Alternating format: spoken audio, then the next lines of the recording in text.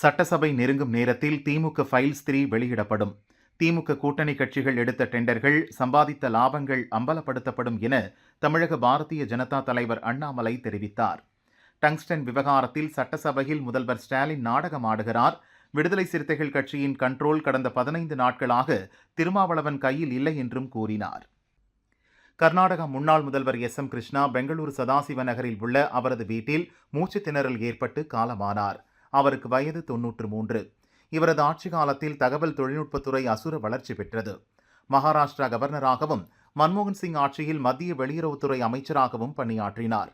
பின்னர் காங்கிரஸ் முக்கியத்துவம் தராததால் 2017இல் பாரதிய ஜனதாவில் இணைந்தார். இவரது மறைவுக்கு ஏராளமானோர் இரங்கல் தெரிவித்தனர். தமிழக சட்டசபையின் 2ஆம் நாள் கூட்டம் காலை 9:30 மணிக்கு துவங்கியது. முதலில் கர்நாடக முன்னாள் முதல்வர் எம். கிருஷ்ணா, முன்னாள் எம்எல்ஏ மோகன் ஆகியோரின் மறைவுக்கு இரங்கல் தெரிவிக்கப்பட்டது. அதைத் தொடர்ந்து எம்எல்ஏக்களின் கேள்விகளுக்கு அமைச்சர்கள் பதிலளித்தனர். வங்கக்கடலில் நிலவும் குறைந்த காற்றழுத்த தாழ்வு பகுதி ஆழ்ந்த தாழ்வு பகுதியாக மாறுவதில் தொடர்ந்து தாமதம் நீடிக்கிறது என இந்திய வானிலை மையம் தெரிவித்துள்ளது.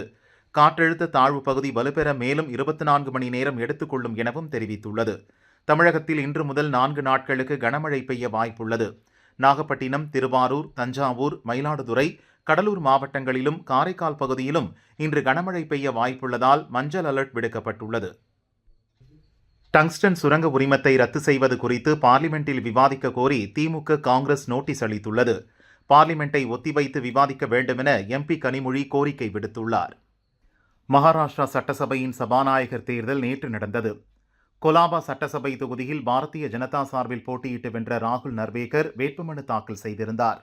இவரை எதிர்த்து வேறு யாரும் வேட்புமனு தாக்கல் செய்யாததால் ராகுல் நர்வேகர் போட்டியின்றி தேர்வு செய்யப்பட்டார். சம்பளத்துடன் கூடிய மகப்பேறு விடுப்புக்கு விண்ணப்பிக்க சிலர் 8000 ரூபாய் கேட்பதாக தொகுப்பூதிய நர்சுகள் மருத்துவ ஊரக பணிகள் துறை இயக்குநரிடம் புகார் மனு அளித்துள்ளனர். சங்கங்களின் பெயரை பயன்படுத்தி பண வசூலில் ஈடுபடுவோர் மீது நடவடிக்கை எடுக்க வேண்டும் என்றும் அவர்கள் வலியுறுத்தியுள்ளனர். நாட்டில் 11.70 லட்சம் குழந்தைகள் பள்ளிக் கல்வியை பெறவில்லை என மத்திய அமைச்சர் ஜெயந்த் சௌத்ரி தெரிவித்துள்ளார். நாட்டிலேயே அதிகபட்சமாக உத்தரப்பிரதேசத்தில் 7.84 லட்சம் குழந்தைகள் பள்ளிக் கல்வியை பெறவில்லை என்று கூறினார். பெண்களுக்காக பிரத்யேக சுற்றுலா ரயில் இயக்க ரயில்வே நிர்வாகம் திட்டமிட்டுள்ளது. இதற்காக ஐடி நிறுவனங்கள் உட்பட பல்வேறு தனியார் நிறுவனங்களுடன் பேச்சு நடந்து வருகிறது. வரும் 21ஆம் தேதி மதுரையில் இருந்து புறப்படும் சுற்றுலா சிறப்பு ரயில் ஒன்று எழும்பூர் வழியாக ராஜஸ்தான் செல்கிறது. 11 நாள் சுற்றுலாவுக்காக ஏசி பெட்டியில் ஒருவருக்கு 31,850 ரூபாயும், ஏசி இல்லாத பெட்டியில் ஒருவருக்கு 25,950 ரூபாயும் கட்டணமாக நிர்ணயம் செய்யப்பட்டுள்ளது. ராமேஸ்வரத்தை சேர்ந்த 22 மீனவர்கள் கடந்த மாதம் மீன்பிடிக்க சென்றனர். கச்சத்தீவு அருகே எல்லை தாண்டி வந்ததாக கூறி இலங்கை கடற்படை கைது செய்தது. மத்திய அரசு இலங்கையுடன் நடத்திய பேச்சுவார்த்தையை தொடர்ந்து 22 மீனவர்களும் விடுவிக்கப்பட்டனர். இந்திய தூதரகத்திடம் ஒப்படைக்கப்பட்ட மீனவர்கள் விமானம் மூலம் சென்னை அழைத்து வரப்பட்டனர். அவர்களை தமிழக மீன்வள அதிகாரிகள் வரவேற்று ராமநாதபுரத்திற்கு அழைத்து சென்றனர்.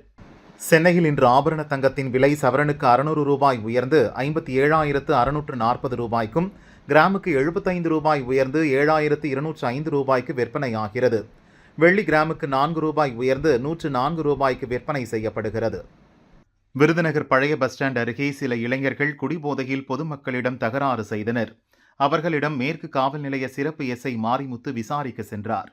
அவரை ஒருமையில் பேசி திட்டிய இளைஞர்கள் சரமாரியாக தாக்கியதுடன் கொலை மிரட்டலும் விடுத்தனர். காயமடைந்த மாரிமுத்து ஹாஸ்பிட்டலில் அட்மிட் செய்யப்பட்டார். எஸ்ஐயை தாக்கிய 4 பேர் கைது செய்யப்பட்டனர். தென்காசி மாவட்டம் வாசுதேவநல்லூரை சேர்ந்தவர் செல்வராஜ். இவரது நண்பர் ராமச்சந்திரன் சென்னை செல்வதற்காக சங்கரன் கோவில் ரயில் நிலையத்தில் காத்திருந்தனர். அங்கு வந்த ராசையா என்பவர் செல்வராஜை சரமாரியாக அரிவாளால் வெட்டினார். போலீசார் செல்வராஜை மீட்டு ஹாஸ்பிட்டலில் சேர்த்தனர். ராசையாவை போலீசார் கைது செய்தனர். ஒரே பெண்ணை காதலிப்பதில் ஏற்பட்ட தகராறில் வெட்டியதாக ராசையா கூறினார். திருவாரூர் மாவட்டம் கோட்டூர் பகுதியைச் சேர்ந்தவர் வசந்த பிரியா, வயது 24. இவரும் அவரது அத்தை மகன் மகாதேவனும் கடந்த 4 ஆண்டுகளாக காதலித்து வந்தனர்.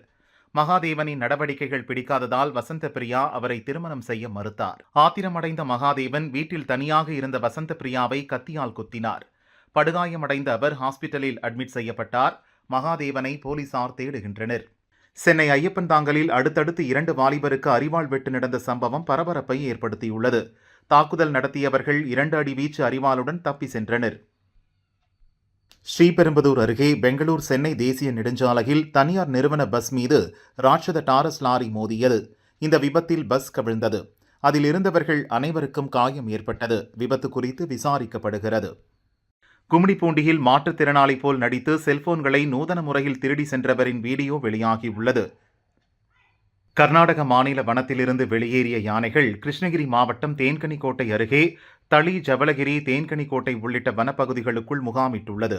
இந்நிலையில் முகாமிட்டுள்ள யானைகளில் 8 யானைகள் கும்லாபுரம் கிராமத்தில் உள்ள சங்கரண்ணா ஏரியில் குளித்து மகிழ்ந்தன. இதை உள்ளூர் மக்கள் ரசித்ததுடன் தங்களது செல்போனில் வீடியோ எடுத்து சமூக வலைதளங்களில் பரப்பினர். சட்டவிரோதமாக அமெரிக்காவுக்குள் நுழைவது என்பது மிக பெரும் பிரச்சனையாக உள்ளது. சட்டவிரோத முறையில் அமெரிக்கா வந்துள்ள அனைவரையும் வெளியேற்றுவோம் என அமெரிக்க அதிபராக தேர்வாகியுள்ள ட்ரம்ப் கூறினார். அதே நேரம் அமெரிக்க விசாவுக்காக ஆன்லைனில் பதிவு செய்து பலர் நீண்ட காலம் காத்திருக்கின்றனர். சட்டப்பூர்வமான முறையில் வருவோருக்கான நடைமுறைகள் எளிமைப்படுத்தப்படும் என்றும் தெரிவித்தார். தென்கொரியாவில் பட்ஜெட் மசோதா தாக்கல் செய்வதில் கருத்து வேறுபாடு ஏற்பட்டதால் அதிபர் யூன் சுக் யோல் அவசர நிலை ராணுவ சட்டத்தை அமல்படுத்துவதாக அறிவித்தார். ஆளும் கட்சியிலேயே எதிர்ப்பு கிளம்பியதால் அவசர நிலை அறிவிப்பை அதிபர் திரும்ப பெற்றார். அவசர நிலை அறிவிக்கப்பட்டது தொடர்பாக பார்லிமென்ட் குழு விசாரித்து வருகிறது. இதனால் அதிபர் யோல் நாட்டை விட்டு வெளியேற தடை விதிக்கப்பட்டுள்ளது. கார்த்திகை மாத கடைசி சோமவாரத்தை முன்னிட்டு தஞ்சை பெரிய கோயிலில் 1008 சங்காபிஷேக பூஜை நடந்தது. பெருவுடையாருக்கு 1008 சங்குகளில் கொண்டுவரப்பட்ட புனித நீரால் அபிஷேகம் செய்யப்பட்டது. திரளான பக்தர்கள் பங்கேற்று சாமி தரிசனம் செய்தனர்.